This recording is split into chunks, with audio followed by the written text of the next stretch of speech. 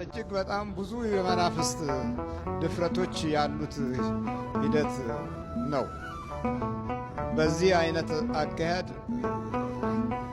የመጣበት ራሱን የቻለ እንደ ማህተም ሆኗል። ከዚህ ጋር ተስማምተው ከዚህ መናፍስቱ ጋር ተዋውለው ወደ ሰው ልጆች በሚሄዱበት ጊዜ በየትኛውም የቴሌቪዥን መስኮት ይሁን በብዙሃን መገናኛ ብቅ በሚሉበት ጊዜ ያ ከሰው አጽም ጋር የተያያዘ መዋሃድ ነው።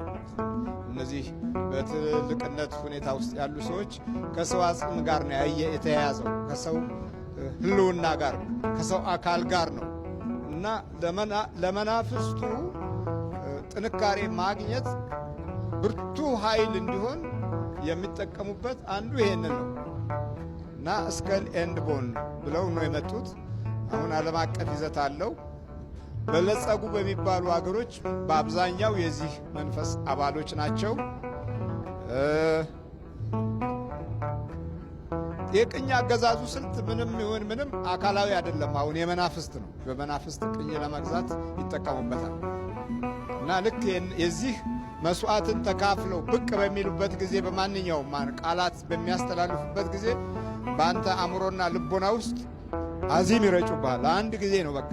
እዛ በኋላ እየደበተ ትኖራለህ። ለዚህ ነው በግልጽ የወጣው ማለት ነው። በልባት ነው ተከሰው ትሄዳለህ ትርማው